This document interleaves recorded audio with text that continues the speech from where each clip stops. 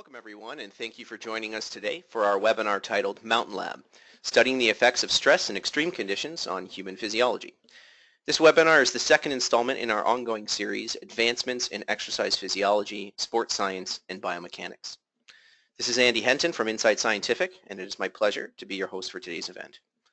Our session is sponsored by Instruments and will focus on the effects of tilt, exercise, and high altitude on the human cardiorespiratory and autonomic nervous systems. With us to present his research on these subjects is Dr. Trevor Day, Associate Professor of Physiology in the Department of Biology at Mount Royal University. Trevor holds a Bachelor's of Science in Neuropsychology and a PhD in Respiratory Neurobiology, both obtained from the University of Calgary.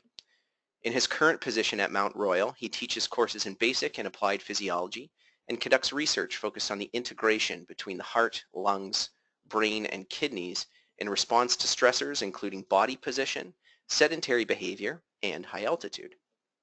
Today, Trevor will share a number of research case studies where he and colleagues have investigated tilt, exercise, and high altitude hypoxia and their influence on respiratory sinus arrhythmia. He will show how this research found its roots in his lab, starting with the use of a novel lower body differential pressure chamber integrated on a tilt table and escalated, quite literally, to 5,300 meters above sea level at Everest Base Camp. Great, thanks Andy for passing it along, and thanks to Inside Scientific and Instruments for sponsoring this event, and for all of you for joining us here online. I'm Trevor Day, and I'm Associate Professor of Physiology at Mount Royal University in Calgary, Alberta, Canada. I know that there's some competing demands in your time today, including watching the season finale of the hit series America. So I hope that this will be at least approaching as interesting as watching that today. So thanks for coming along for the ride. Certainly I think it's important to thank everyone who should be thanked, and so I want to lead with this. And I say this often, so perhaps it might sound like a cliche, but it's the truth that science is a team sport, and we're nothing without our trainees, our collaborators, and our funding bodies. And so I just wanted to give a shout out to all of my trainees that were involved either directly or indirectly with collecting the data that I'm going to show you today. Many of them have gone into undergraduate programs at other universities, including some of my collaborators' labs. So a shout out to say hello to those of you that are registered online, because I know some of you are. In fact, some of them are texting me right now from Nepal. So hi everyone. But also collaborators across the country and around the world have really helped me get on my feet with my own research program. Of course, our funding bodies are very important to help fund the work that we do. And of course, we can't do our work without research participants and ethics boards, and so they played a big role in helping us collect these data for the story I'm going to tell you today. Just to give you a bit of a background where I am, because I know some of you are from all over the place, I'm in Calgary, Alberta, Canada. This is a city of about 1.2 million people in southern Alberta, right in the sort of foot of the Canadian Rockies. So you can see that picture on the left, that's where I live. I live just across the river on the right-hand side, close to downtown. We can see the Rocky Mountains close by, and about 45-minute drive, and you can be along the Rockies, and that's a real appeal for those of us living in Calgary. You can see our nightlife picture there, and some architectural wonders that were recently built on the bottom right. So I work at Mount Royal University, a small undergraduate-focused university, about a 100-year-old institution that recently became an undergraduate university. The research endeavor is relatively new here, so it's an agenda I'm pushing pretty hard to get rolling. We have about 13,000 undergraduate students in Mount Royal and no graduate program. So all of the work I'm going to share with you today was carried out with the help of undergraduate trainees. So this is the Mount Royal Integrative Physiology Lab that I developed when I landed here. And I've got lots of interests, some of which stem from my training as a PhD student, where I trained in animal physiology and had to sort of make the switch to working with humans, which took me a couple of years to get on my feet, and certainly a lot of help from collaborators and students along the way. So I'm broadly interested in the control of breathing, so respiratory chemoreceptors, acute, intermittent, and chronic blood gas challenges, if we want to make it simple. I've recently got into cerebral blood flow regulation as well, so you can see on the right-hand side here there's a yellow box, and that's called a transcranial Doppler ultrasound unit. And so with that, we can make measures of indices of brain blood flow regulation in response to various stressors. And then lastly, and some of the stories I'll be telling you about today, is responses to hypovolemia and tilt, things like brain blood flow regulation with body position.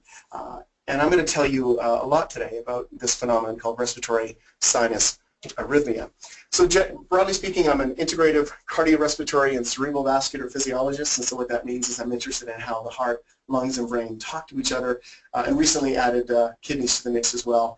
I won't have time to talk to you about that today, but certainly we've added some renal responses to high altitude in our recent trip. So my interests, generally speaking, are with respect to stressors, and those stressors can be, as Andy said in the intro, body position, sedentary behavior, a little bit of exercise. I'm not really an exercise physiologist, but I see it as a stress that we can use to elicit various responses. And my most recent interest is high altitude hypoxia. So I'll tell you a bit about some of those stressors and responses today. For those of you that aren't as familiar with some of these terms and acronyms, I know acronyms are difficult to track when people are speaking or when reading manuscripts, and so I got good advice that, from Andy that I should lay out some acronyms, and particularly for those downloading this afterwards as well. So some of this will be familiar to many of you, but ECG refers to the a measurement of the electrical activity of the heart, and from that we can derive heart rate, which is measured in beats per minute, so you'll see some of those acronyms. The oscillation in heart rate that I'll be talking a lot about today is called respiratory sinus arrhythmia, or RSA. I'll be using that acronym a lot. We can talk about changes in inspired tidal volume, so a big breath in is VTI. We can also talk about a test where we look at the maximum amount of air you can voluntarily move, or forced vital capacity. We also do blood pressure measurements, and so mean arterial pressure can be derived as an average of systolic and diastolic pressures.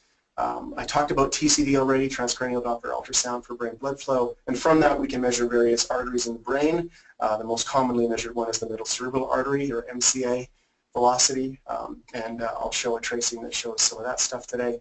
Also, from the phenometer you can derive an index of cardiac output, but the reason I want to bring Q up, or cardiac output, is because I'll talk a little bit today about VQ matching. What that means is just a ratio between breathing, the air that you ventilate into the alveoli, and the perfusion of the lung, or the cardiac output from the right heart to the lung. So we call that VQ matching.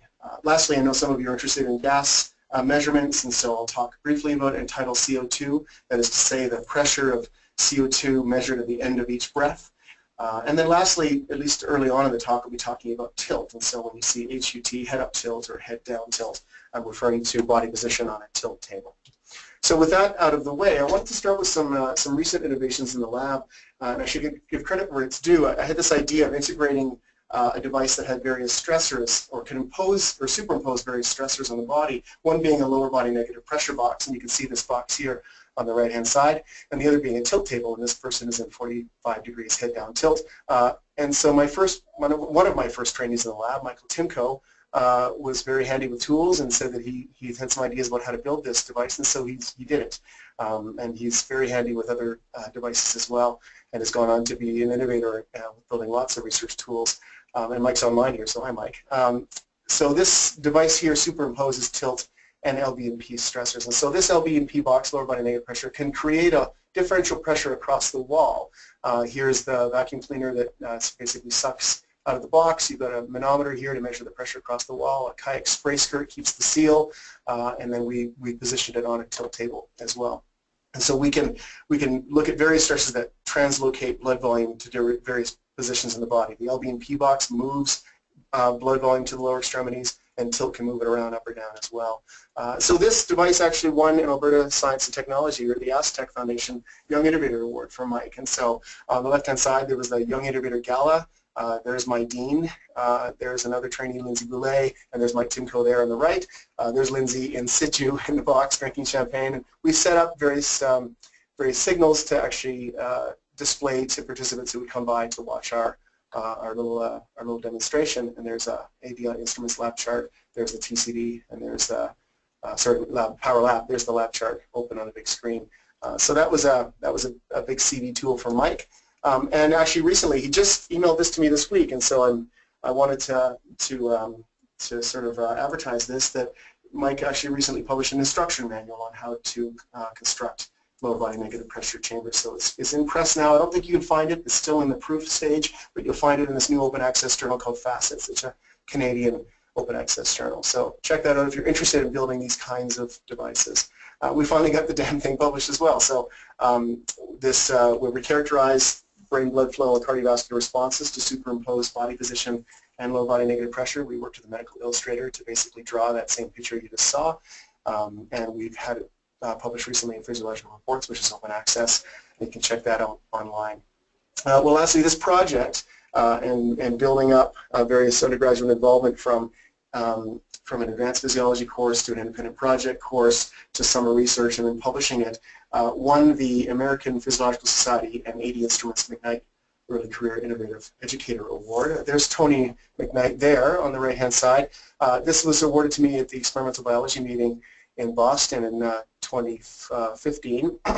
And the reason I bring this up is not just to say, hey, I won an award, but really just to illustrate the beginning of my relationship with 80 Instruments. And so Tony McKnight was giving a talk at that meeting as well, and he is one of the co-founders of 80 Instruments.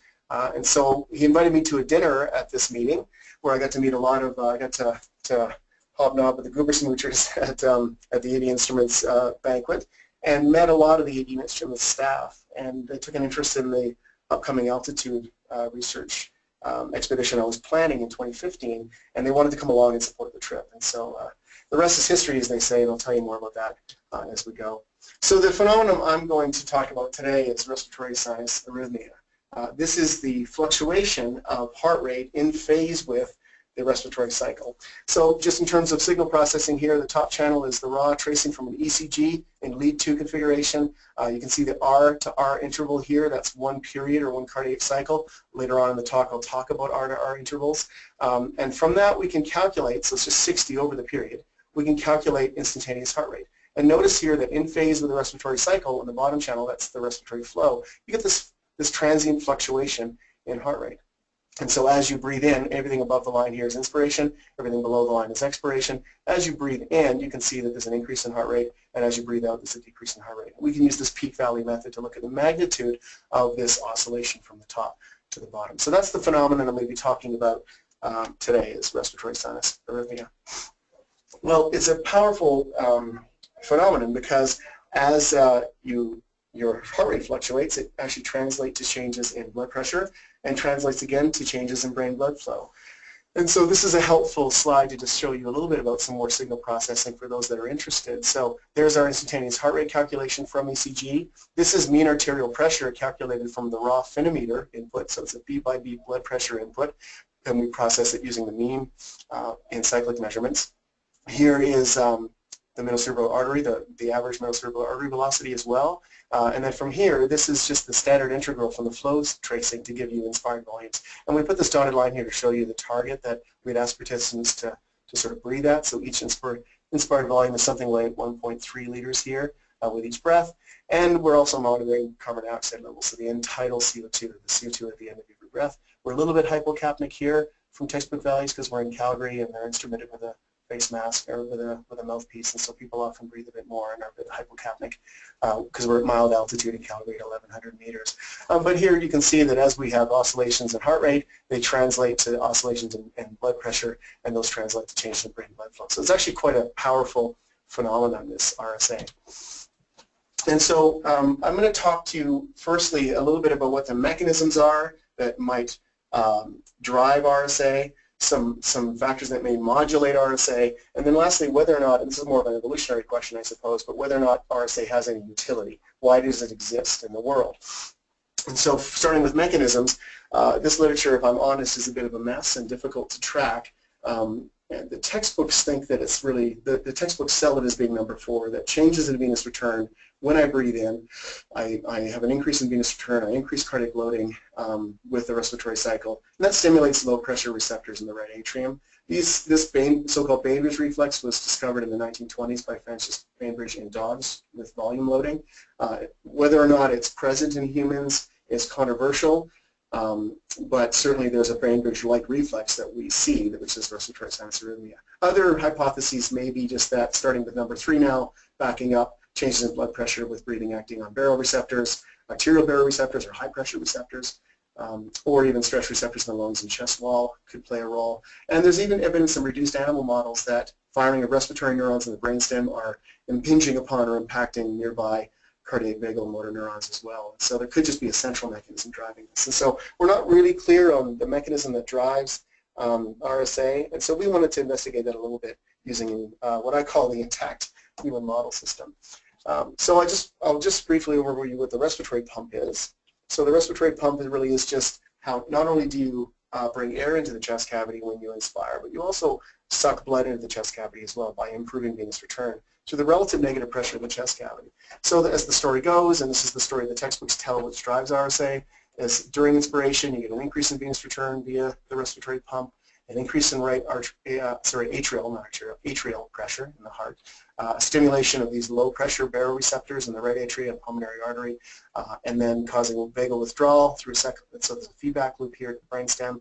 Vagal withdrawal, we know that the vagus nerve slows heart rate down normally at rest, and so if you have vagal withdrawal, you take your foot off the brakes and you increase heart rate. Similarly, when you expire, there's a relative positive pressure in the chest cavity that will decrease venous return, decrease right atrial pressure and congestion in the right heart, less stimulation of those receptors, and through that feedback loop, you can put your foot back in the brake, increasing vagal tone, and thus decreasing heart rate. And that's how the theory goes that RSA is driven. So those are possible mechanisms that mediate RSA, but there's also factors that modulate RSA, and they can be things like your age or your fitness level. We know that young, healthy participants have low resting heart rates and large RSA magnitude with the respiratory cycle. In fact, why don't you just try it now as you're listening. Just take your radial pulse and take a big breath in slowly, and you should feel your heart rate increase through that pulse. But things like respiratory frequency can also modulate RSA magnitude, blood gas levels as well, hypoxia, hypercapnia shown to have modulatory influences. There's implications that the nervous system activation might play a role, so we know that RSA is largely an index of the parasympathetic nervous system, the health of the parasympathetic nervous system, and so if you activate the sympathetic nervous system, it may dampen it. And lastly, because of the respiratory pump, as we talked about before, tidal volume can modulate the magnitude of RSA. So I'll just finish with talking about some possible utility of RSA. So why does RSA exist?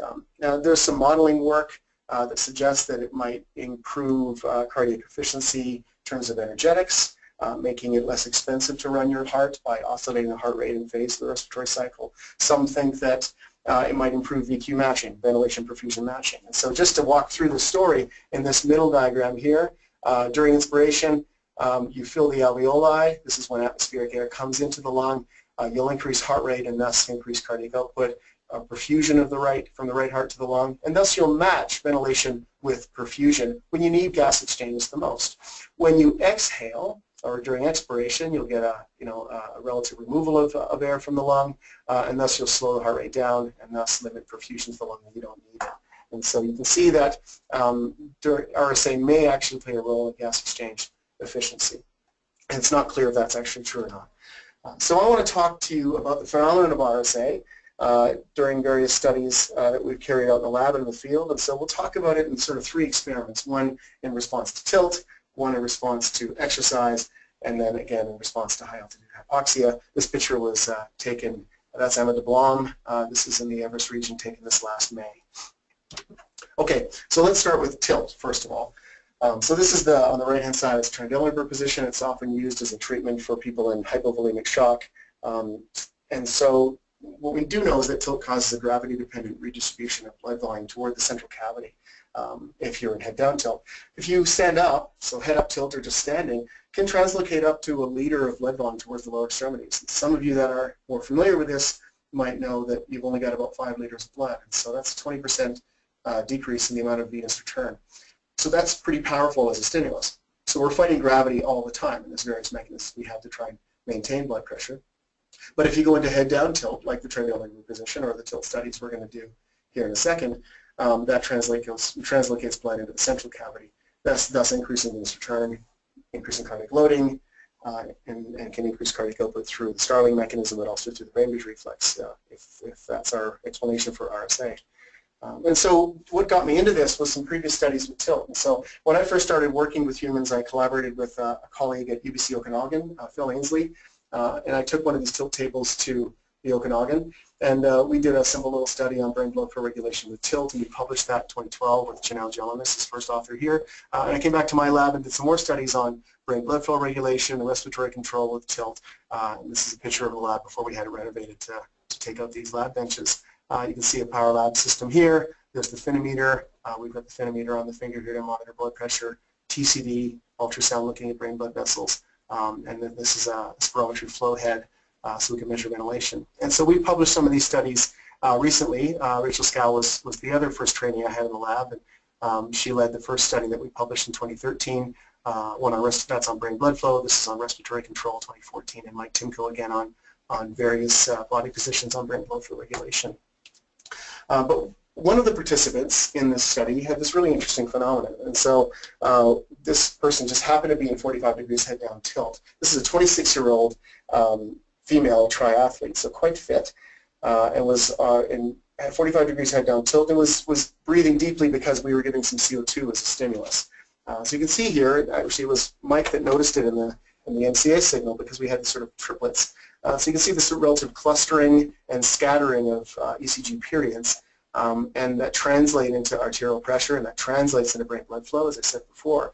But interestingly, you get this big oscillation in heart rate, and so instantaneous heart rate can go from something like 38 to 110. That's a huge oscillation in heart rate that we noticed right away. So we stopped the protocol, we told her about it, we sent her to her physician and asked her to get it checked out.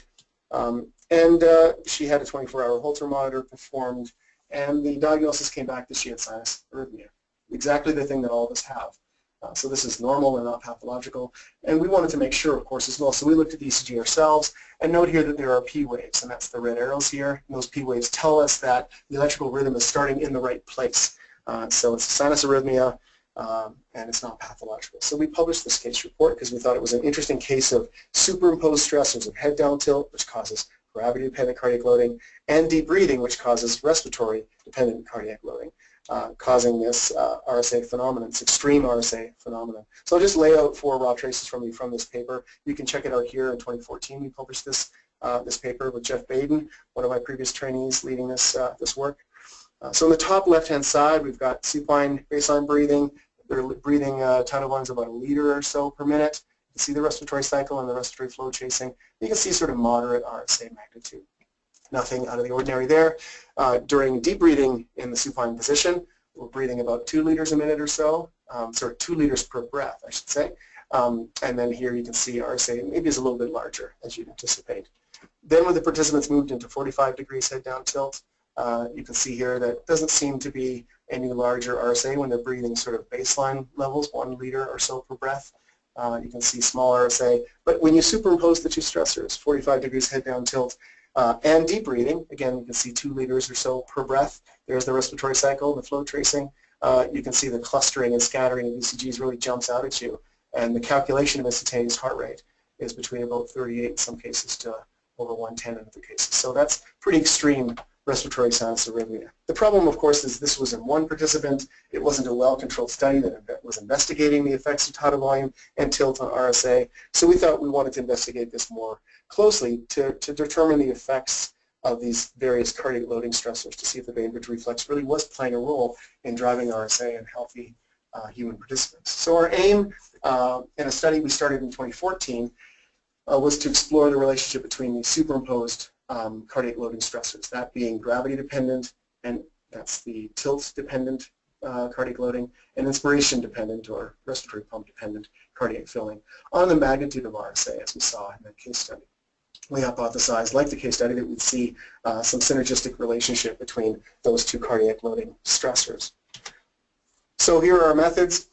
We positioned participants in either 40 degrees head up or 40 degrees head down tilt. But before we did that in supine, we did a forced vital capacity test. This is just to see the amount of volume, of air volume that a participant can voluntarily move, and based upon that sort of lung capacity, we then did calculations of that forced vital capacity, 10, 20, 30, 40, and 50% of FVC. In case you're wondering how deep these breaths are, something like 15% turns out to be about your tidal volume. And so this is just below tidal volume at 10, and then 20, 30, 40, and 50 are above tidal volume.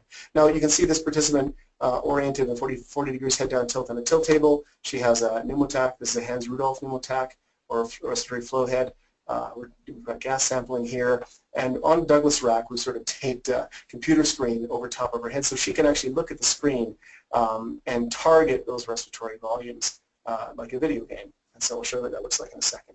So we randomized 40 degrees head down and 40 degrees head up and compared the 2 within subject.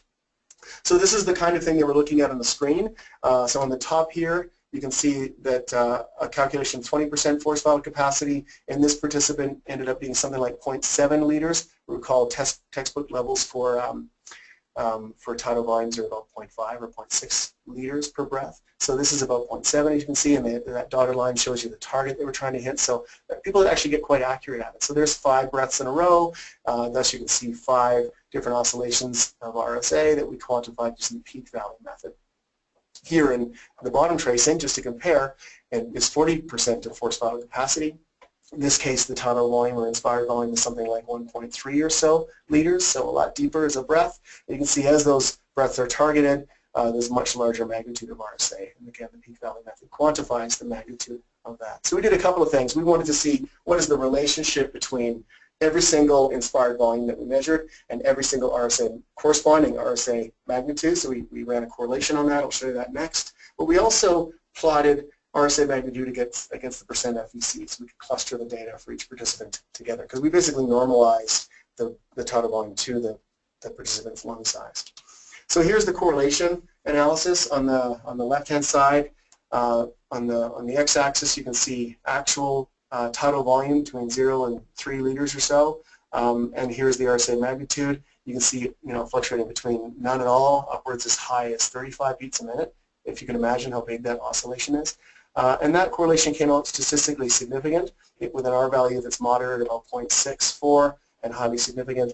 In 40 degrees head down tilt, for reasons I'll probably allude to later on, you can see the correlation is not nearly as good, but still moderately positive correlation, 0.53, and still highly significant. So there is a relationship between inspired volume and RSA magnitude.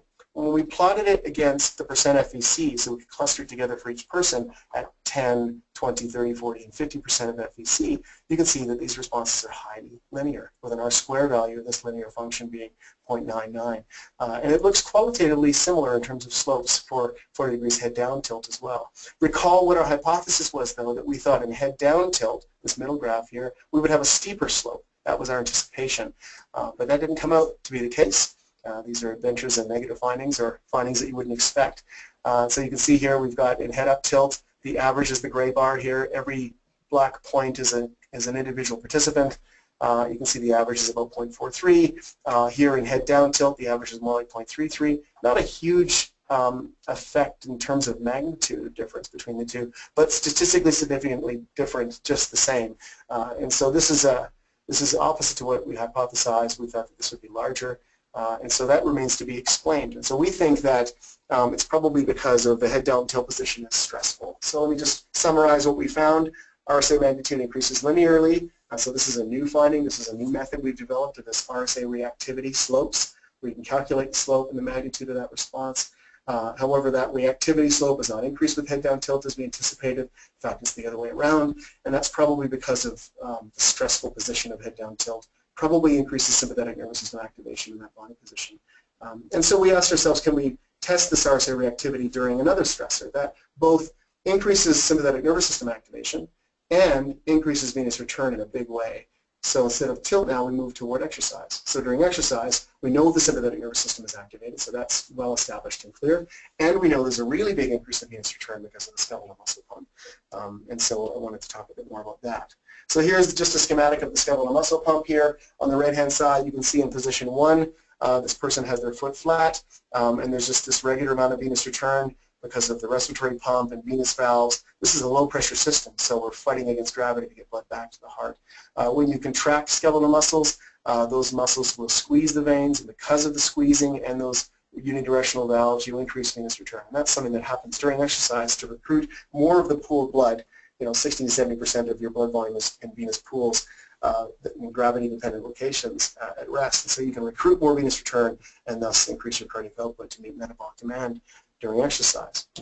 And so our aim of this next experiment was to explore the relationship between superimposed exercise stress that has the skeletal muscle activation and the sympathetic nervous system activation, and this inspiratory-dependent cardiac filling that we told you about earlier, that RSA reactivity. We hypothesized that sympathetic activation would win, that it would blunt RSA reactivity despite the increase in venous return from the skeletal muscle pump. Thus, the Bainbridge reflex is probably not as powerful as we anticipate, and that's our hypothesis. So here's our setup in the lab. We used a standard cycle ergometer where we could fix the work rate. Here are participants sitting on the bike. You can see our transcranial Doppler ultrasound, our AD instruments, power lab system, the phenometers down here, and also attached to the finger for blood pressure measurements. We've got a Hans-Rudolph respiratory flow head here. We're sampling gases, and this participant is looking at a computer screen for that feedback control. You can barely see it here, but you can see that sort of pink line we set there. We can do that in a lab chart where you expand out the respiratory, the inspired tidal volume channel, and get the participant to target those volumes like a video game. And so we could repeat this experiment during moderate work on the exercise or then just at rest sitting on the bike. So here's our protocol. We brought them in first to do the exercise trial, and I'll tell you why in a second. This is led by Laura Lavoie, and Gary Saran worked closely with her as well. And they're going to be featured again as in the upcoming altitude work that we'll show you as well. By the way, I should mention her name. Marie Brosimova led the work on tilt and RSA magnitude, and Jeff Baden played a role in collecting some preliminary data. So those manuscripts are in progress, and of course Marie is chewing her nails off to get that work out. So hopefully this talk will be a catalyst for that. So here's our protocol for the exercise study. We had a resting baseline of 5 minutes, and then we started exercising at a fixed rate of 100 watts at 50 RPMs. So there's a 10-minute exercise period. At the end of that 10-minute period, once steady state is achieved, we just look at how deep they're breathing. What is their voluntary inspired volume? What are they choosing to breathe at? And we basically normalize to that. And so we would calculate what minus 15 is from that, because these are big volumes, right? They're exercising. Minus 15 of that, which is quite difficult to do when you're exercising. 0, so exactly what that is, plus 15 and plus 30. So we use those numbers as tidal volumes, inspired volumes, just like the tilt study. And we could target various volumes and look at RSA magnitude. We brought them in the next day and did a resting control. And so here they're sitting on the bike for 10 minutes. We use these same numbers, and so now they're resting, breathing quite large volumes now. And these are exactly the same volumes. So we can compare these volumes and the relative RSA magnitude between participants. So these are some raw traces. Here's at rest. You can see here inspired tidal volume. They're targeting about 1.7 or so. There's 5 cycles. And you can see a really nice RSA magnitude there that we can quantify with the peak-valley method. And then during exercise, of course, the heart rate is higher during exercise, so there's sort of potentially a saturation effect here. But you can see targeting these same volumes during exercise between rest and exercise here, and there's just really hardly any RSA whatsoever. And so when we quantified it for each person, you can see here on the x-axis during rest, there's minus 15, 0, plus 15, plus 30. Not as linear as we saw with the tilt study, but relatively linear. And when we calculate those slopes, we saw there was a response as we anticipated during rest. During exercise, though, there is some RSA, about 4 beats a minute on average or so, with a pretty tight error bar there. You can see here, as we increase the inspired volumes, the response slope is flat. And so there's just no RSA reactivity. And so our hypothesis was correct that during times of stress, like exercise, there is no RSA reactivity, despite the fact that for each breath, there's probably a larger venous return because of the skeletal muscle pump in the background during exercise. So then we quantified it. And so each of these black points is a single individual. The gray bar is the mean of that group. Here, with the exercise here, the mean is actually right around 0. And so basically, there is some RSA, but the slope is abolished during exercise. So to summarize, we do have a little bit of RSA during exercise. However, the reactivity slope through this new method that we worked out with Marie Brosimova in the tilt study, it's eliminated during exercise, despite increases in venous return. And that's probably because the sympathetic nervous system wins in terms of blunting RSA.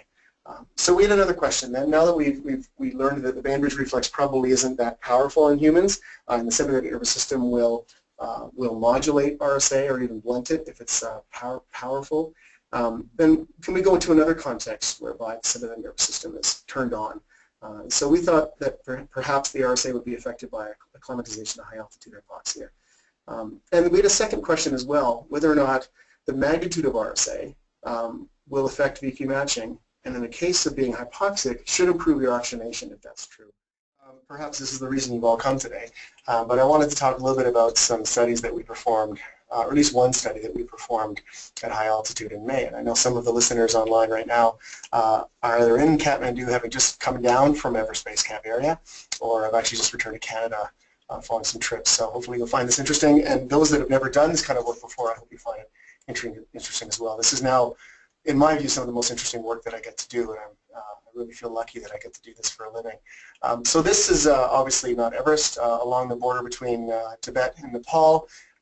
It's the highest summit on the planet. You can see here right in the middle at just under 30,000 feet, or just under 9,000 meters if you're using metric. The atmospheric pressure here is about a third of that sea level, so it's about 250.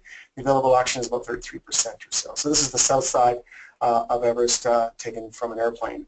So I want to talk a bit about high altitude. So as you just mentioned briefly, the physics and the issue with high altitude is the reduction in available oxygen as you ascend. And so many people think that the percentage, and this is what students often think, the percentage of O2 is lower as you ascend. That's not true. The fraction of inspired O2 is the same as you ascend. It's the pressure of the available oxygen that's lower. And so we'll just start with this dark line here in Vancouver, just because I'm Canadian, is at sea level. You can see here about 760 millimeters of mercury. And then as you ascend, Calgary is about 1,100 meters. An airplane cabin is pressurized to the equivalent of about 2,400 meters. And just above Everest Base Camp, 5,500 meters, there's half the available oxygen of sea level. And so you can see here 760 up high, and as you ascend, the atmospheric pressure drops. Well, 21% of this, that's the FiO2, the fraction of inspired O2 is always 21%, no matter where you are, is less here, so about 160 in Calgary. You can see here at Everest it's about 50 or so, about a third. So that's the problem with high altitude. This is a small little chapter I wrote for Pearson Education if you wanted to look up this reference and download the slides afterward. And so here's our third experiment I wanted to discuss with you today, was to explore this relationship between superimposed high altitude hypoxia as a stressor and this inspiration-dependent cardiac loading that we talked about so far today. So our first hypothesis was that in the increase in sympathetic nervous system that we know is the case during high altitude hypoxia will reduce RSA magnitude, similar to our exercise study that we showed you before. But our second hypothesis took the sort of utility of RSA question further, whether or not those that had large RSA would also have improved oxygenation through improved EQ matching. So those were our questions. So I want to tell you a little bit about the trip and a bit about the Everest region in general, just as a general interest thing to set up the story. This is Everest Base Camp. This picture was taken this last May. Everest Base Camp is just a tent city that gets set up on a glacier. The Khumbu Valley Glacier, the Khumbu Glacier basically comes to an end and takes a right-hand turn and goes up a hill and becomes the ice fall, the beginning of the Everest climb. So the Everest Base Camp trek ends where the Everest climb begins. So this is Everest Base Camp here, and there's always a cairn set up to sort of mark it, and so we've got a picture of our group sitting here. I'll show you at the end. So this is Everest Base Camp. It's located about 5,300 meters or so. It takes about 12 days to get to from a small village called Lukla. It is about a 60-kilometer walk. So I get asked this all the time, why Nepal? Some of you probably know that Nepal experienced a devastating earthquake on April 25th, 2015, and some terrible aftershocks a few weeks later. We actually planned to go in 2015. I had a group of 17 people ready to go. We paid. We had our Sherpa guide team in place. And we're about to leave on April 25th, a week before departure. The earthquake happened. At least 9,000 people died in the Kathmandu Valley. 19 people died at Everest Base Camp because of a small piece of, probably a large piece of ice that fell off a nearby mountain called Mintrin and washed across the base camp. And so a lot of uncertainty arose about Nepal as a destination. I can tell you, having been there, and some people online who just got back from there, it's safe to go to the Everest Base Camp region. There are parts of Nepal that are not okay, but this part certainly is. So why Nepal then, with all this uncertainty from the previous earthquake? Well, I had previous experience there. So in 2012, I went with an expedition to the Italian Pyramid Lab that's close to Everest Base Camp, with an expedition led by Dr. Phil Ainsley at UBC Okanagan. And actually Mike Timko came along on that trip as well. And so we were lucky enough to be involved in this large expedition. So I learned a lot, made connections. And you can't overstate the importance of having good connections in developing countries when you're trying to do this kind of work. so that those local connections bring the cost down per person when you're trying to organize these kinds of trips. Now, Everest Base Camp is a bucket list destination that people will self-fund to go to. So if you're going to a lab somewhere at high altitude to work for 3 or 4 weeks to look at acclimatization over time, those are expensive trips because you need advanced trainees, postdocs, PhD students, master's students, and they all require salaries. And so those are very expensive trips. So this is a way to get the cost down where people will self-fund to this bucket list destination and then give up their bodies for science to help you out. Everest Base Camp gets quite high, so 5,300 meters, but you get there really slow over about 12 days or so. So the risk of getting acute mountain sickness is reduced because of that. There are no technical skills required. You're really just walking on trails like this in outdoor running shoes, and so there's nothing technical. There's no, other than a rare earthquake that happened in 2015, there's no objective risks on this trail all the way up. It's really just a long walk on trails. You stay in lodges. You're not camping. There's power in the lodges, and there's rest days built in along the trip. And so you've got opportunities to make measurements as you ascend. And of course, the Nepalese people are amazing to work with, and many have become good friends of ours. Everest and the mountains around it are some of the biggest in the world. So there's lots of appeal to this area. So there's our Raiders of the Lost Ark treasure map that shows you the Everest Base Camp trek. We start in Kathmandu. We fly to an airport called Lukla. If you're getting a bit bored and want to distract yourself on another screen, then perhaps pull up YouTube and plug in Lukla, and you'll see some videos of landing in the most dangerous airport in the world, and I'll show you a picture in a second. From there, you start the trek up to Manjo, to Namche. We went to Tengboche, to Ferishe, Gorek Shep, and lastly Everest Base Camp. That Italian pyramid lab I keep talking about is about here, just outside of Lobouche. And this little summit here called Kalapatar, a nice little scramble that people can scramble up as a final destination above Everest Base Camp, where you can see across the valley to Mount Everest. So I just wanted to make a comparison of altitudes here. Some of you might be familiar with Banff, the Banff National Park, just west of me. So Calgary is sort of off in the distance. This is the Bow Valley. All of these mountains along the Bow Valley are somewhere between 2,600 and 2,800 meters. This is the township of Banff itself. This is a mountain called Mount Rundle. It's a very long mountain that goes between the town of Canmore and Banff. And you can actually scramble to the top, the east or the west end of Rundle. Banff here is about 1,400 meters in elevation. The top of Mount Rundle here, we'll call it about 2,800 meters in elevation. Just as an equivalent, Kathmandu is a city where you start, where you land, is about 1,400 meters in elevation, just like Banff. And the airport at Lukla you fly into is about 2,800 meters. And that's where you start the Everest Base Camp trek. So one of the highest areas, there's larger mountains in this than the Canadian Rockies, but all these are on average about 26 to 28. That's actually where you start the Everest Base Camp trek. That just gives you a sense for scale. So in May 2016, I put a new team together after the disappointing cancellation of the trip the previous year because of the earthquake.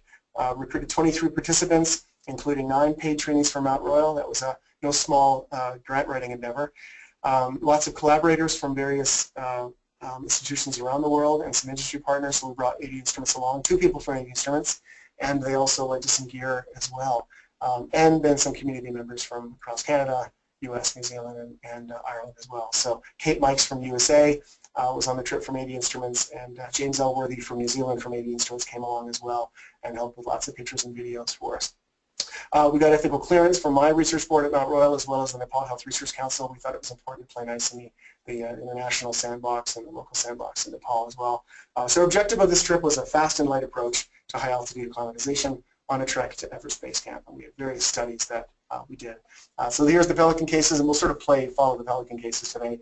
Here's our 5 Pelican cases that we loaded up from the lab, and this was on April 29th, the day before we left. From there, we hit the airport. I didn't believe we were going to go until I got on the plane, just given the disappointment of the cancellation the year before. So there we are with a box of consumables and a couple of Pelican cases at the Calgary airport the next morning. So here's our ascent profile. We did baseline measures in Calgary, I should tell you that, at least for the RSA study I'm going to tell you about today. So we did do a baseline measure in my lab in Calgary.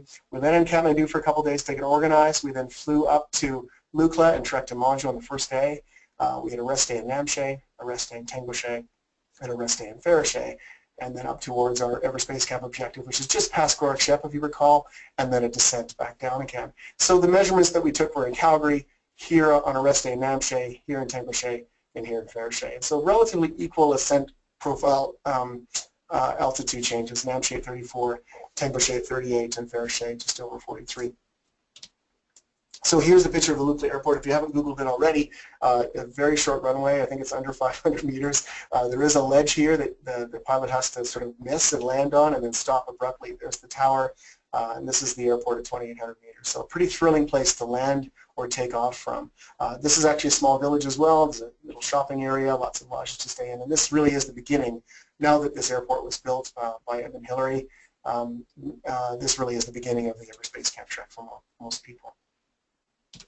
So this is just a walk on trails, really. There are 13 suspension bridges along the way. They were not damaged by the earthquake in 2015. This is our group here this last May.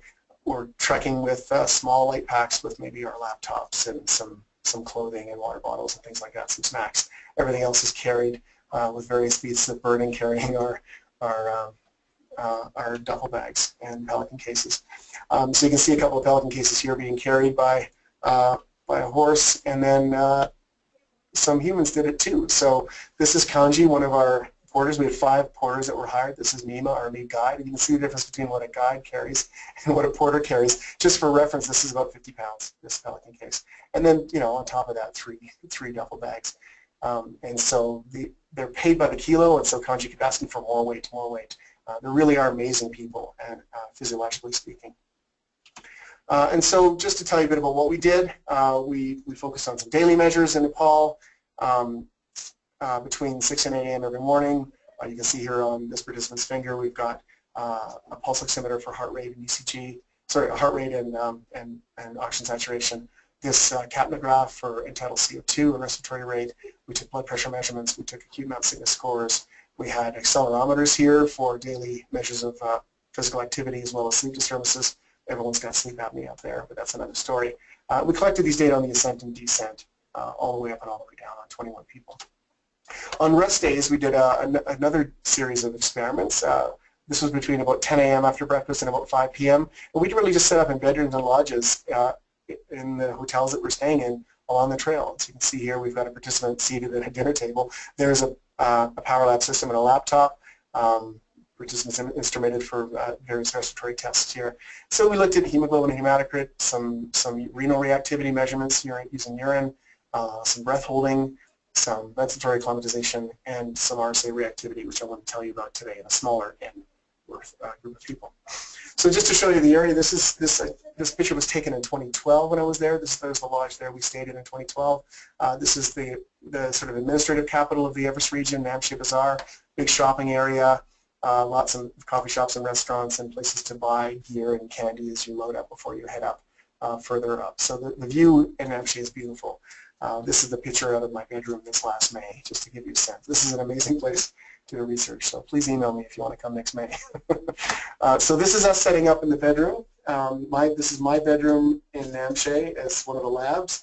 We took a power lab out of its Pelican case and used it as a table, had a participant sit in a chair here. There's Jamie Foe, Kennedy Borley, Lauren Lavoie, Michelle Brandt, and Nikki Bruce, some of my trainees helping out with this. From there, we do another rest day in Tengboche.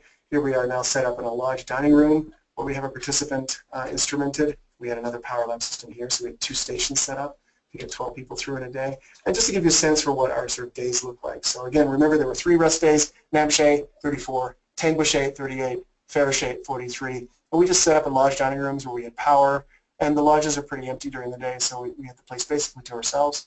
One of our participants set up a GoPro camera in the corner just to kind of video us instrumenting people. There's a lab chart, power lab system here. It's a power lab system over there. We've got 2 tables. You can see James Elworthy from AD Instruments and taking a bunch of video here as well. So that's basically what our rest days looked like on those 3 occasions. There we are in Ferrochet, just to give you a sense for the sort of relative chaos of our systems, but this made sense to us. We'd set it up the night before, unpack it, set it up in the dining rooms, plug it all in, and off to the races we went for data collection. Here we are in Ferrochet collecting data with our power lab system and a laptop, and then lastly, data collection was finished in Ferrochet. So this was our 3rd rest day, and so I took pictures of the 2 stations as we were celebrating the end of the day when we got the data collection for the RSA studies finished. So I want to introduce a new concept, a new mathematical principle I haven't yet before. And this is another way of looking at heart rate variability, or RSA magnitude. This work is being led by Gary Saran, and Lauren Lavoie helped pretty closely with this as well. This is analyzed through the LabChart Pro heart rate variability module. So this is actually quite easy to do with LabChart Pro. So here we've plotted every R to R interval, every cardiac period. And against it, we plotted the next R to R interval right beside it. And based upon stacking everyone's ECG from about 7 minutes of baseline end to end, we could plot everybody's R to R interval against this next R to R interval and get this plot called a Poincare Plot.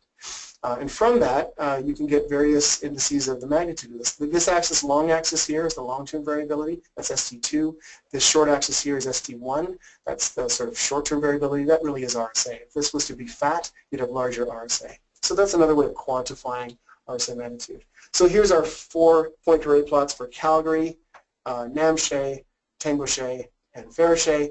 Qualitatively, they don't look that much different, but then we can quantify them. And you can see here the ST1, ST2 ratio is about 0.4 to 0.5, and statistically speaking, there's no difference between them. So it looks as if RSA magnitude, at least during spontaneous breathing, isn't any different as we ascend in altitude. And that was a surprise to us, given our expectation that the sympathetic nervous system would dampen RSA magnitude. So then we also use the peak valley method, the respiratory coaching that we saw before. You can see this sort of increase in inspired volume. Here we're targeting about 1.55 or so as a volume, 1.5 liters, and so there's an inspired volume, there's an RSA magnitude, and it's quantified via the peak valley method as well. So just by calculating slopes, as we said before, here in the top right in Calgary at 30% FVC, 40% FVC, and 50% FVC, very similar to that tilt study we talked about before, we can calculate the slope. And again, qualitatively, those slopes don't look that much different. We also looked at the 50% FVC as well. So when you're breathing the deepest, what is the RSA magnitude? And it looked like, we're about 22 here, and then in Namche, you're down below 20. So it looked like you actually had a reduction in forced vital capacity, so perhaps these slopes just shifted down. So we looked at both the slope and the absolute magnitude of RSA at 50% FVC. So here we are quantifying them. This is each altitude. Here's the RSA slope, just like the tilt study. You can see here about 10 beats per minute per liter. Again, no statistical difference between those slope calculations. And lastly, when we look at the RSA magnitude at 50% FVC, it looks like there might have been a trend, but statistically speaking, because of all of the variability here, there's no difference between the RSA magnitude at 50% FVC at each altitude. So I want to talk a little bit about hypoxia, and just to kind of wrap up the story today. This is a pulse oximeter I took with me to bed in Gorak-Shep, just under 5,200 meters. There is something about 5,000 meters as a threshold. People really started to feel worse, and oxygen saturation really started to go off a cliff. So there was my oxygen saturation at 79%. I'm lying in bed at night in Gorak-Shep. We just arrived. My heart rate at resting is 95. If you were in healthcare and you saw these numbers, you'd hit the alarm, right? So here's just to give you a sense for what happened to our saturation. This is a group of 21 people starting in Kathmandu, over 96% in Kathmandu. Then as we ascend up towards Everest Base Camp, remember Everest Base Camp is just beyond Gorak-Shep, we got down upwards of on average around 82 or so. I was a little lower than that. So that's what happens to oxygen saturation as you ascend to Everest Base Camp. And so because of that, of course, people can get acute mountain sickness as well. But the interesting problem we have here is that because they're hypoxic, perhaps RSA magnitude can help improve oxygenation when you're already hypoxic. So just to remind you of this VQ matching hypothesis, people think that as you inspire, you have an increase in heart rate, that's RSA, and you increase the Q, or the perfusion of the lung, thus improving VQ matching for gas exchange. This should improve oxygenation if this hypothesis is correct. So we tested that hypothesis as well by correlating the resting RSA as quantified by ST1 or ST2 in Verche when they're hypoxic, and looking at their oxygen saturation, and there's no relationship. So there's no relationship in these 12 people between resting RSA magnitude as quantified by the Poincare plot and their resting oxygen saturation. Similarly, we wanted to see if breathing deeply, that's at 50% of FVC, breathing deeply improved their oxygen saturation. So what's the RSA at 50% FVC? Does that correlate in any way to the improvement of oxygen saturation during those deep breaths? And you can see that people are somewhere improving maybe 2%. Some people improve like 7 or 8% their saturation while they're also in Verche. And you can see there's no relationship here as well. So it looks as if the VQ matching hypothesis doesn't hold either. So just to summarize these experiments, resting RSA magnitude is unchanged with acclimatization via Poincare plots. That's while just breathing normally at rest. RSA reactivity, that's sort of driving RSA with changes or targeting inspired volumes, those slopes are also unchanged with high altitude. And lastly, no matter how you look at it, RSA magnitude does not improve oxygen saturation in the context of high altitude hypoxia, suggesting that VQ matching hypothesis is not correct either. So just to finish the story of high altitude expedition this last May, off we went once we finished our data collection to Everest Base Camp. This is Lauren Lavoie. She often joked that she doesn't even like hiking. Somehow I managed to talk her to coming to Nepal with me, and off we went to Everest Base Camp. There's our group at Everest Base Camp, all 10 of us. Kartika here is a prof at Mount Royal who came along to help, and the rest are paid trainees from various universities, but all paid through Mount Royal this last summer. The ice falls are just behind us here, so this is a really great shot that we got. Some people scrambled up to the Kalapatar summit. It's a nice objective to just sort of see the valley. This is the famous mountain Pomorian behind, pyramid-shaped mountain, about 7,000 meters or so. There's most of our group. Some people stayed behind because they weren't well, but this is the next morning. Up we went to the summit. There's Kate Mikes from AV Instruments. James Elworthy is back here as well from AV Instruments. I'll find him. There he is right in the back. There's our lead guide, Nima Sherpa, and a couple of other guides, Calden and Tashi Fura. And so it's really important to have a great team for this kind of work and to have some fun, because this objective was really important to people to see this view. And there's the view. So you can see here there's the base camp is down below, there's the ice falls at the beginning of the climb, and there's Everest there. So that's the view taken from that location. Pretty amazing experience. I just wanted to remind everyone that there are risks associated with this kind of work, that acute mountain sickness is a real risk. This participant, this is taken at Everest Base Camp. We took a couple of hours to get there from Gorak Shep and walked around, and he just said, I'm just so tired, and he lied down, as a joke. But later on at dinner, he was lying down at dinner as well, so he really wasn't feeling very well the rest of that day. One of our participants needed to be on oxygen therapy the next morning before we left, and so these kinds of things are important to think about, that they do come with some inherent risk, and you have to stay on top of that. Then we descended over a couple of days and ended up back in Lukla. So here's the streets of Lukla. The airport is just over here. Lots of shopping if you wanted to. And there we are finishing the Everest Base Camp trek and celebrating. Of course, all the comforts of home in Lukla as well. Is there anywhere where Starbucks isn't? So there we are. There's a Starbucks in Lukla if you want to. And we did spend some time hanging out there afterward. And there we are at Lukla Airport with all of our gear, some of our Pelican cases. Astonishing to me that they came from Calgary, landed in Kathmandu, were flown up to the Lukla airport in small airplanes, carried up on the backs of humans and various animals to help with the expedition, brought back down to Lukla, and there they are, and then made it to Kathmandu. So there's our 5 Pelican cases and 1 from another university, and safe and sound in Kathmandu, and then safe and sound in Calgary. This is the last picture I took as I was waiting to get picked up at the Calgary airport afterwards. So the Pelican cases have come full circle. I'll just finish by talking a little bit about some comparisons between research in controlled laboratory conditions and research in austere environments. And really, in the end, it's a balance between doing work that is novel, or else what are we doing? We're just doing teaching demos otherwise. And those are important things to do as well. But if you're going to do research and try and disseminate it in some peer-reviewed fashion, then you really want to try and aim at doing some novel work. But it also has to be feasible. So it's much easier to do feasible work in a lab. So feasibility is a lot less in high altitude context, but it's more difficult to do novel things. And so you've got to think hard about, what are some holes in literature, what are some skills that I have, what does my team bring to the table. And here's a picture of Gary Saran and Lauren Lavoie setting up a power lab system in Tengouche the night before we were going to do a rest day measurements the next day. Here's my lab in Calgary, transcranial upper ultrasound, power lab system, phenometer, dentist chair, nice stable environment with which to work. If you're going to do this kind of work, it's so important to build the right team. We had a great group of Sherpas. Sherpa, by the way, is not a job description. It's an ethnic group. They just happen to, many of them work in tourism. This is Nima Sherpa, who's our lead guide. He's become a very dear friend now and has done a lot to help us over the years. It's important to think about being well organized ahead of time. It's important to think about the safety of participants as well, and to manage the expectations of both the people who have self-funded to go, who have an expectation of their experience, but also the needs of the research in terms of collecting the data. And that's a constant balance you're always trying to find. it's important to think about the culture in which you're working. So having some sensitivity to the culture, thinking about some interpersonal perspectives. Every single one of these people had a goal and their own personal experience. This is the Italian Pyramid Lab, by the way, where we spent 3 weeks in 2012, and some of my friends just got back down from recently. So the best advice I got from Phil Ainsley, my collaborator at UBC Okanagan, before I left was, Trev, no matter what happens, stay positive and optimistic. And that became some of the best advice that I got. And I added to that, keeping your sense of humor as well. So we thought we were awfully funny all the time.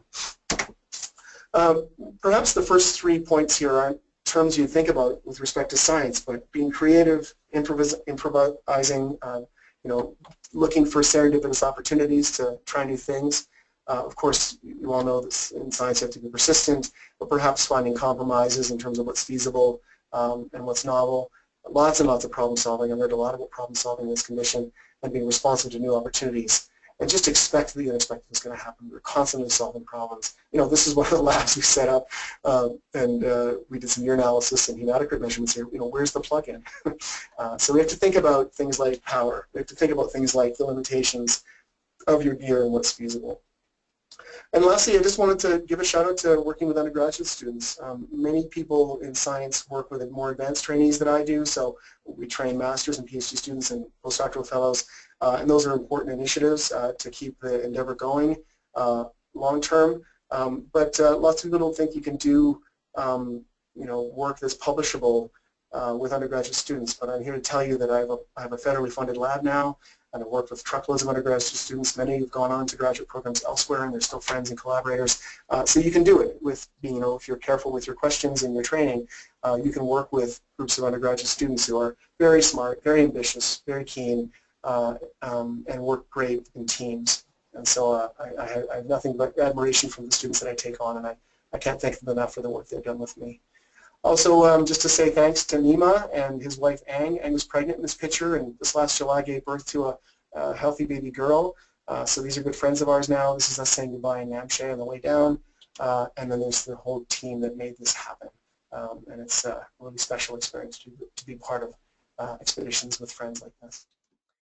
Trevor, you made a reference to acute mountain sickness. How do you watch for that, and did any of your group experience this in Nepal? Yeah, that's a good question. It's something I alluded to along the way, and something that you're, sort of expecting and anticipating, but terrified of. I know there's a slide we put in, Andy, if you could throw that up. Thanks. This is a handout I made that's based upon the acute mountain sickness scores, the Lake Louise scoring system that was created in the early 90s at the Lake Louise Hypoxia meeting. I should say that we're rethinking this a little bit, and there's some questions about whether or not we should include sleeping difficulty as a part of the score, which is why we've added up in different ways here. But I'll just mention some of the symptoms of acute mountain sickness. And the most common one is headache, and our scale goes from 0 to 3. Again, not a very sharp knife. Gastrointestinal symptoms. Of course, if you're traveling in a third world country, many people know you get traveler's diarrhea. I've heard it said that in Nepal you either have traveler's diarrhea or you're about to get traveler's diarrhea, so it's one or the other. And that's not what we're talking about here. This is other gastrointestinal symptoms like nausea, vomiting, bad appetite, anorexia, and so 0 to 3 on that as well. And it's difficult to tease apart those two different things, and so that's why this instrument is really a self-reporting instrument. From there, we can move to fatigue or weakness. This is one I experience a lot, including lightheadedness and dizziness too, so 0 to 3 on both of those scales. And then lastly, difficulty sleeping. I should say that everyone has sleep apnea up there to varying degrees, and so difficulty sleeping may not be a symptom of acute mountain sickness, but rather is just a normal part of acclimatizing and having cranked up carotid bodies in terms of respiratory control. And so we're rethinking this, but this is a self-reporting scale. It's the best tool we have to get a sense for how people are feeling as they ascend. The score is out of 15. Anything over 5 is considered acute mountain sickness. And of course, it's a bit of a blunt instrument, but it does give you a sense for how people are doing. We had quite low numbers all the way up, and I'll tell you why in a second, at least why I think we did. And then at Gorakshep and toward Everest Base Camp and back again, we had a couple people at 6s, and we had one person that was on oxygen. That picture I showed you had an AMS score of 8. And so a couple of people did get it. You sort of see it coming. One of the big questions in high altitude physiology is why, who gets sick and why. We don't really know yet, and so that's some of the background of this that we're trying to sort out. but it's interesting because some people can get really sick and some people really don't. Mm-hmm. I think it's more important to think really about prevention. So things like ascending slowly, not exerting yourself too much, taking a rest day every 2 or 3 days to sleep at that altitude, doing acclimatizations coming up and back down to sleep lower, making sure your hydration is really good, making sure that you're eating a lot. And I really think if you take care of those things, even without taking Dynamox as a prophylactic prevention, if you take care of things like exertion, sleeping well, hydration, food, and not overexerting yourself, then you can largely eliminate or avoid some of these acute mast sickness symptoms. Perfect. That's a great answer. All right, next question. What was the biggest challenge or hiccup that occurred on the EBC trek, and how did you adjust on the spot? Also, specifically, what type of security and backup measures did you put in place for data storage? Yeah, so kind of a two-part question. I'll answer the first one first. In terms of some hiccups. There's probably too many to mention, but it's just something you expect, that things are going to go wrong, and you organize as best you can, and then you be prepared to be flexible, and that's really the best advice I can give. One of the major hiccups that hurt us in terms of the research was one of our Pelican cases. You may have noticed that we had them locked when we left Calgary. That's a mistake. And we had one of them labeled battery. We had a solar-powered battery we brought along just in case we needed some backup power. So we were trying to be prepared for that question of whether or not we had enough power. We were able to buy it in the lodges in the end. It worked out fine. But and so that Pelican case got hung up in Toronto and was not put on the next plane to Kathmandu. And thus it was one of our 5 Pelican cases didn't show up.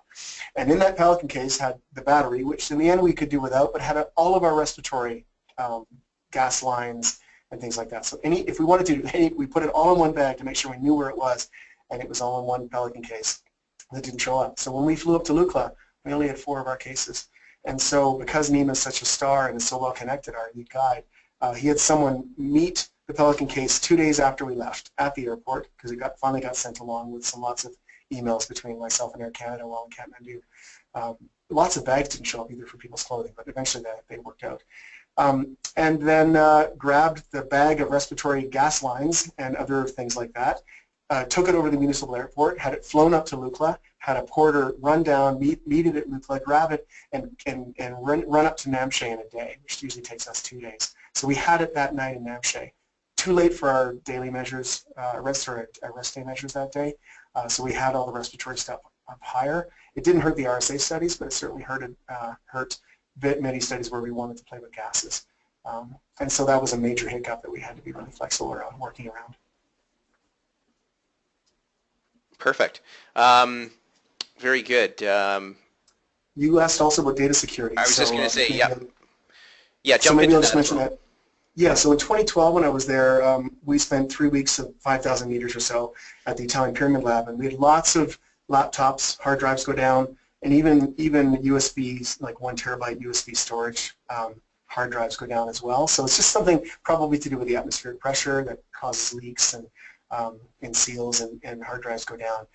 So we knew that, and so we made sure we had lots of backup laptops. The software installed. We wanted to make sure we had lots, and we had something like 6 external hard drives to back up data on, and a lot of our data was recorded in paper binders, in duotanks, so that we could write things down and enter them online afterward. And so between the data that we could, we'd write down with a pen and paper, and data that we had to archive, say from LabChart, we backed up multiple times on external hard drives, and we left all those laptops and hard drives in Faraday at 4,200 meters to make sure that taking them up high needlessly would put them at risk of failing. So we did think ahead about that, and in the end, nothing failed in terms of computer hardware and software. Perfect. Very good. A question from Sarah Harding. In your ascent-descent profile in Nepal, it showed that cetazolamide was taken. Yeah. Did all participants take a regular dose, and did that affect your measurements, results, or statistical analysis in any way? That's a really good question, Sarah.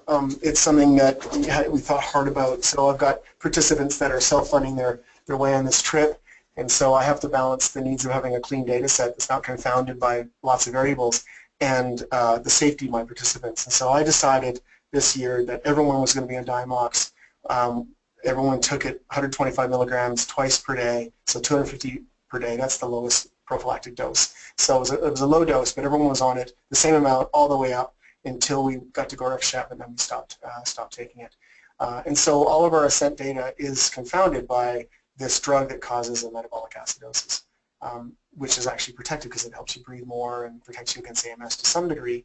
And that is a caveat with some of the data on this trip. I'm planning on going again next May as well. And just in talking with other collaborators who have more experience with this than me, we think it's probably safe to ascend to Farish without Diamox. And then as we go higher, we'll probably start it. Again, using all those sort of prevention measures like going slow, taking rest days, good nutrition, good hydration, minimizing your exertion. And those things I think are the big risk factors. So it is a caveat, but the other thing about field work is you can't, there's things that you wish you could control that you would normally in the lab that you can't in the field. Diet has changed, you're jet lagged, half of you have Travis diarrhea, the other half will have it tomorrow, and so that causes an acid-base imbalance as well. So there's all kinds of caveats with this kind of work, and those are the choices you have to sort of make is balancing off your data and safety and feasibility of the work.